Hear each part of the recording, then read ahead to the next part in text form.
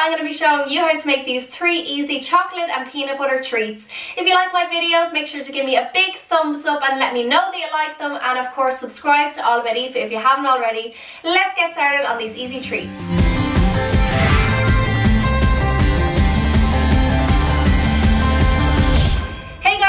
And welcome back to my channel All About Aoife. I'm Aoife and today I'm going to be showing you how to make 3 easy chocolate and peanut butter treats. I'm going to be making a chocolate and peanut butter bark, a chocolate and peanut butter cupcake, and a chocolate and peanut butter thumbprint cookie. So these are really different recipes. They're all really easy. They can all be completed in under an hour. They're really tasty, and if you're like me and maybe you don't like peanut butter, don't worry, because I'll be doing a Nutella version of this video as well. But of course, for all you peanut butter lovers out there, I'm going to take one for the team today and I'm going to make some peanut butter recipes. So to get started, I'm going to start off with my cupcake recipe. So this is going to be kind of a take on the classic Reeses peanut butter cup. The cupcake is going to be encased in some milk chocolate. I'm going to do a peanut butter buttercream topping, and then the bark that we make is going to act as a decoration for our cupcake. So to get started, I have a simple vanilla cupcake recipe here in my bowl. I've added some cocoa powder to it to make it a chocolate cupcake recipe, and I'll leave all the ingredients listed below. I'm just going to whisk this up with my electric mixer now until all the ingredients have combined.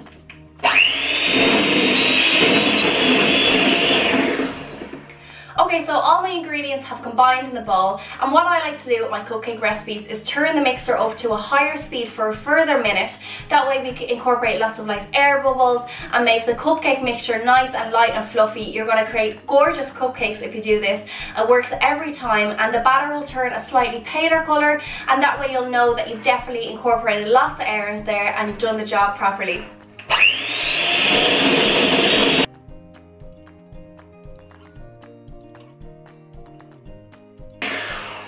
Okay, so that's looking good now. I've combined lots of air into the mixture, so that should make for nice, light, fluffy cupcakes, and I'm very excited to see what they turn out like.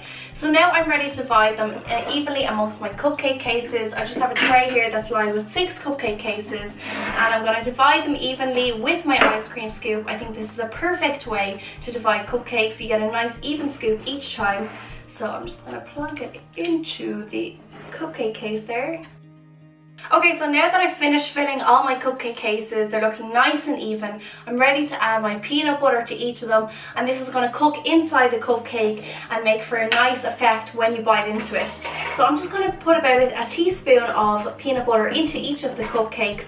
You want to make sure that the cupcakes aren't filled too much, otherwise the combination of the peanut butter and the chocolate may cause it to all bubble over and you may have more of a messy cupcake than you would like. So I'm just dolloping a teaspoon into each of these, and this makes for such a really nice effect when you cut into the cupcakes when they're cooked.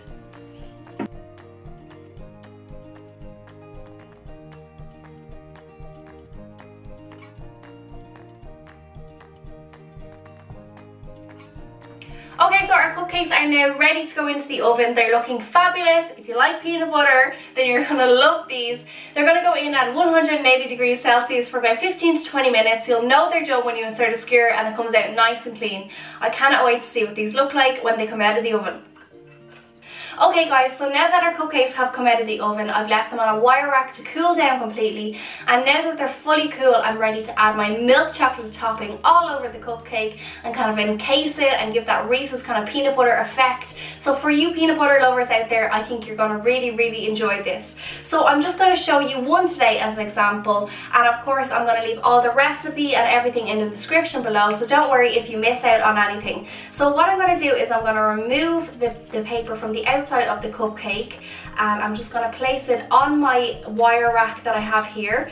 And what I'm going to do is I have a tray which has been lined with some parchment paper, and this is going to double up as our chocolate bark tray. So any milk chocolate that falls down is going to of course be incorporated into our bark, so it's great, 2-in-1, and it saves on the washing up as well. So I'm just going to take a spoonful of the milk chocolate and let it kind of pour all the way over the top. Delicious! I mean, who wouldn't love this? Even though I don't like peanut butter, I think I would give this a go because I love chocolate so much. So that's why I'm going to do a Nutella version of this video as well. And if you can, you want to hang on to that kind of effect down the side of the cupcake where the case has made the little indents and marks, just like a Reese's peanut butter cup.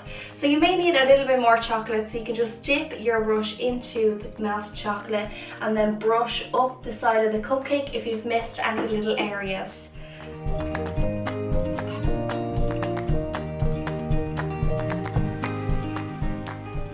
We don't want too much washing up when we're baking, so I might as well reuse this tray. It's already got some chocolate on it.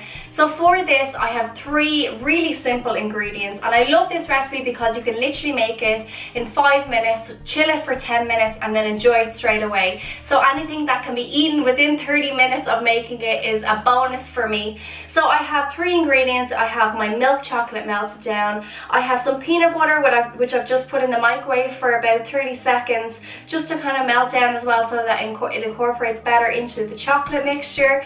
And then finally, I have some little trinkets. I have some M&Ms, I've got some Reese's peanut butter cups, and I'm just going to dash them over the top of the milk chocolate and peanut butter to create a nice effect. This is a really good recipe to share kind of with family and friends. You can make lots of it, and it's really inexpensive as well, which is what I love about it. You can give it out in party bags, you know, as a nice treat for Halloween even. So I'm going to start off by just drizzling all of the melted milk chocolate onto my tray here. So I'm just going to move this around the tray and make sure that most of the tray is covered.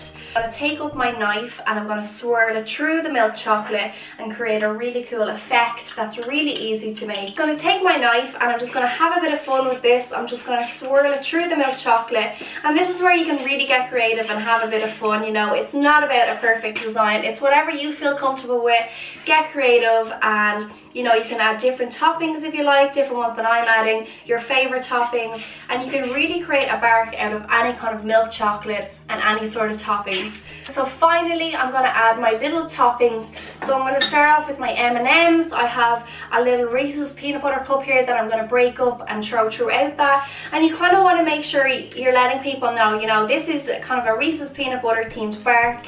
You've got the little cups in there. You've got the kind of colours of the Reese's. I'm using orange and dark M&Ms to create that effect. And I'm just going to have a little bit of fun with this as well. So there we go, guys, my chocolate and peanut butter bark. I mean, how easy was that? Literally 10 minutes to assemble it all. It's going to go into the fridge now for about a minimum of 10 to 20 minutes to set completely, and then when it's finished, it can be broken up into nice big chunky pieces. You can eat it as it is, or you can put it on top of a cupcake like I've done as a decoration. And of course, you can get creative with this and use any kind of chocolate and toppings that you like. I love bark. It's such an easy and fun thing to make. So now moving on to the last part of our recipe video, and it's our chocolate and peanut butter thumbprint cookies. Okay, so first of all, I have to make my cookie dough, of course. I love making cookie dough, and you can change this cookie dough up if you don't like peanut butter. You can leave it out and make a plain cookie dough. You can add some chocolate in. You can do whatever you like with this recipe. I love making cookie dough. It's one of my favorites. So I'm just adding some of my egg mixture here to my wet ingredients that I'm going to whiz up first of all. So you want to start with the wet ingredients. I'll list everything below, as I said, and this has peanut butter in instead of all the butter that I would normally add to a simple plain cookie recipe.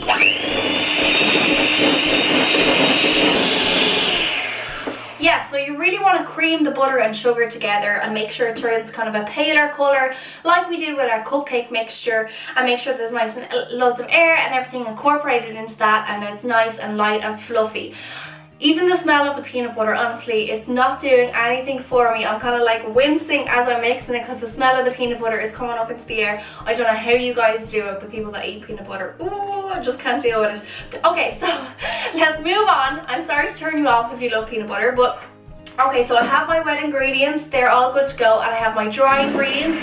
So it's time to combine both together. So I'm just simply going to scoop my wet ingredients into my flour, and then I am just going to mix it all together, and it's going to take a few minutes to incorporate all the flour, of course, into the wet ingredients. But when it comes together, you create this lovely dough, and the dough is going to go into some cling film, and then it's going to go into the fridge for a minimum of 30 minutes to kind of firm up, and that way you can create nice individual shaped cookies that are going to kind of hold their shape in the oven. Okay, so now that we've kind of mixed it together with our spatula, we can use our hands then to make sure that the cookie dough is formed kind of a ball shape, get all that dry mixture up from the bottom of the bowl. And then when it kind of forms a bit of a doughy ball, you don't want to work it too much because you don't want to melt the nice butter that we've added. And you can just add it to your cling film at this stage and put it into the fridge for about 30 minutes to set completely. And that way we'll have a nice firm cookie dough mixture. So when our cookie dough is set, I have taken it out of the fridge and I'm going to take it out of the cling film wrapper now here, and I'm just going to simply tear off some cookie dough, about a tablespoon, like half a tablespoon, and you can just do this by eye, whatever you feel like. If you want big cookies, then make bigger cookies. If you want smaller ones, make smaller ones. I'm going to roll it up, and it rolls quite easily without any flour or anything. I'm going to place it onto my tray, which has been lined with parchment paper, and I'm going to get my thumb to make thumbprint cookies, and I'm just going to press it down into the center of the cookie, and that way we get this nice thumbprint shape. And I'm going to put a little mini Reese's peanut butter cup in there when they're completely cooked and they've come out of the oven. So I'm going to continue now with my cookie dough, making some delicious little thumbprint cookies, and these are going to go into the oven at about 180 degrees, and they'll take about 12 minutes to cook. You'll know they're done when they're kind of golden brown and they look quite crispy to the touch, and then when they come out of the oven they will firm up even more. So this is a really easy recipe. Again, it only took a few minutes to make the cookie dough, not too long to set it in the fridge, and then not too long of a baking time either.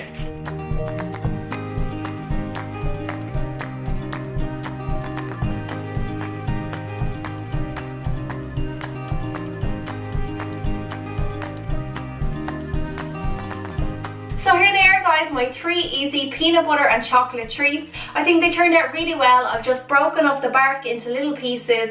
I've added some of the bark to the top of my cupcakes, which I've just piped some peanut butter frosting on top of there to finish it off and get that real peanut buttery effect. I think it looks really good, and as I said, you can make this bark any way you like and add it to any cupcake you like. And it's a really simple but effective decoration for cupcakes, and I love using it on top of cupcakes. And I just think this looks so good. I can't wait to cut into it and see the peanut butter on the inside. And of course the cookies, they came out of the oven. I let them cool down a little bit, and then I added a mini little Reese's peanut butter cup to the center of my thumbprint cookies. That's just melted down into a nice swirl effect, and it looks really, really cool on top. Of course, you could add any sort of chocolate that you like onto the top of the cookie as well. You know, a regular piece of milk chocolate or white chocolate or whatever you like, and it's going to have the same effect. So I'm really happy with the way they've turned out. I hope you guys have enjoyed watching this tutorial at home. If you have, then make sure to give me a big thumbs up. Don't forget to comment below, and of course subscribe to Aoife if you haven't already. And I'll see you again soon, guys. Thanks for watching. Bye bye.